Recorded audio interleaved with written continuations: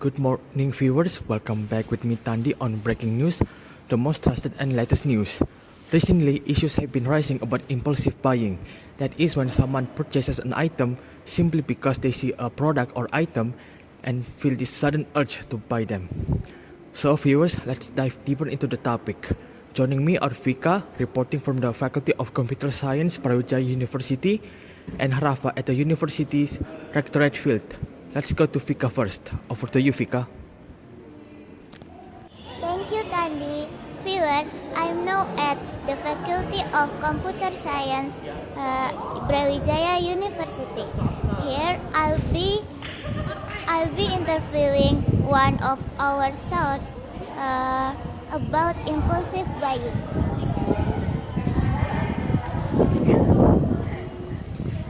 Excuse me. Yes? May we have a short interview? Yeah, sure.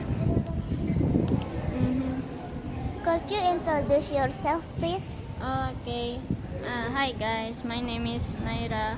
I'm from Faculty of Computer Science. I'm from class of 2025. Great, Naira. Have you ever heard of the term impulsive buying before? Yes, actually I've experienced it myself.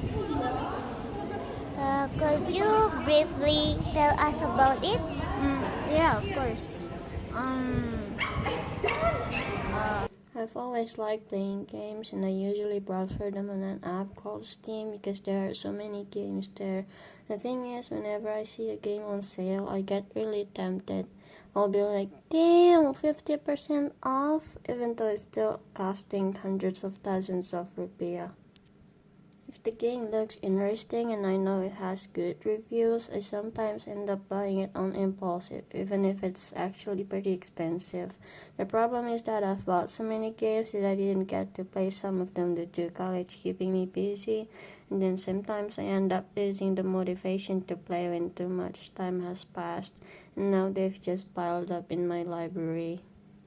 When I think about it, it feels kind of wasteful because I've spent a lot of money on games that I ended up not playing anyway, even though I'm still interested in them. If I had just held into that money, I could have bought myself some more like fried chicken or something. And what makes it worse is when a game later goes on a bigger sale, but I've already bought it and I can't refund it anymore. If I had been more patient, I could have gotten it at a much better discount. And if I wasn't going to play it anytime soon anyway, what's the point of paying more for it earlier? So yeah, I do regret it sometimes. Okay, thank you, Naira, for sharing your story with us. Yeah, of course. Viewers, it's true, the issue of impulsive buying has spread widely, especially among university students.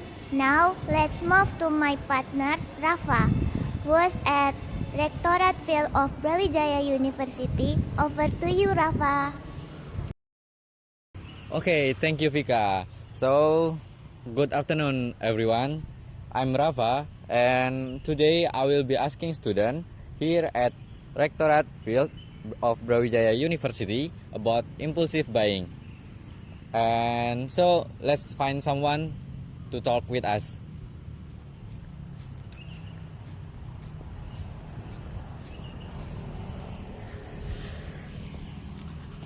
Okay. Hi, bro. Hello. Can we chat for a moment? Yes, sir. Yes, sir. Okay. Well, first, maybe we should introduce ourselves, right? Okay. Actually, I'm Rafa. I'm from Brawijaya University, from Faculty of Computer Science. And you? Okay, my name is Billy Langita Falbari. You can call me Billy. I'm from Brawijaya University, from Faculty of Computer Science. Okay. Okay, Billy. Lately, I have been hearing about a lot of impulsive buying. So, have you ever heard about it? Yeah. Okay. And what do you know about impulsive buying? So, and what do you think about it? Actually kayaknya aku lebih mudah ngejelasin pakai Indo aja deh. Okay. Oke. Nah, jadi setauku impulsive buying ini kayak seseorang membeli suatu barang tanpa dia sadari, kayak gimana ya, kayak mereka itu membeli suatu barang itu tanpa suatu perencanaan gitu. Jujur agak bingung sih, mungkin impulsive buying ini nih kayak aku deh contohnya. Jadi aku beli barang-barang kayak gini, misalnya gantungan kunci, pin, standing, miniatur, trading card gitu. Nah, aku belinya tuh emang suka, cuman kadang jadi keterusan gitu, jadi ketagihan gue men, beli-beli terus sampai banyak banget. Mungkin ada yang karakternya udah punya tapi tetap beli lagi, karena art style juga bagus sih.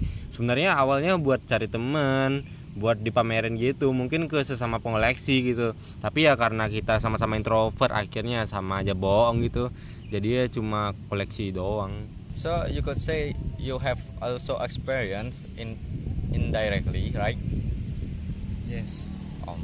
So what do you think would be your suggestion to prevent other friends from experiencing the same thing?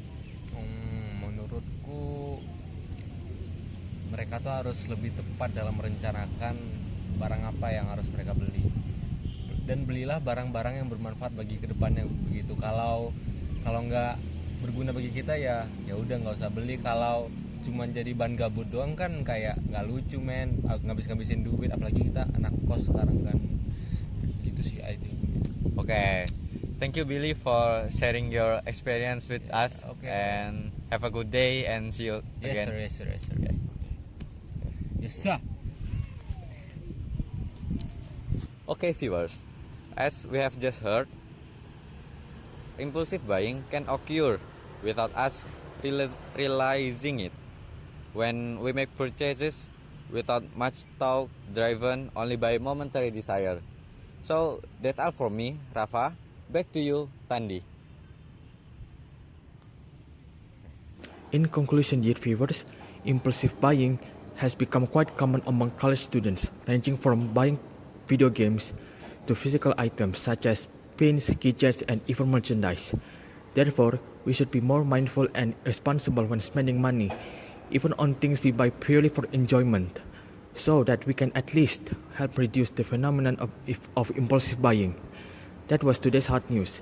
I'm Tani from Breaking News. See you next time.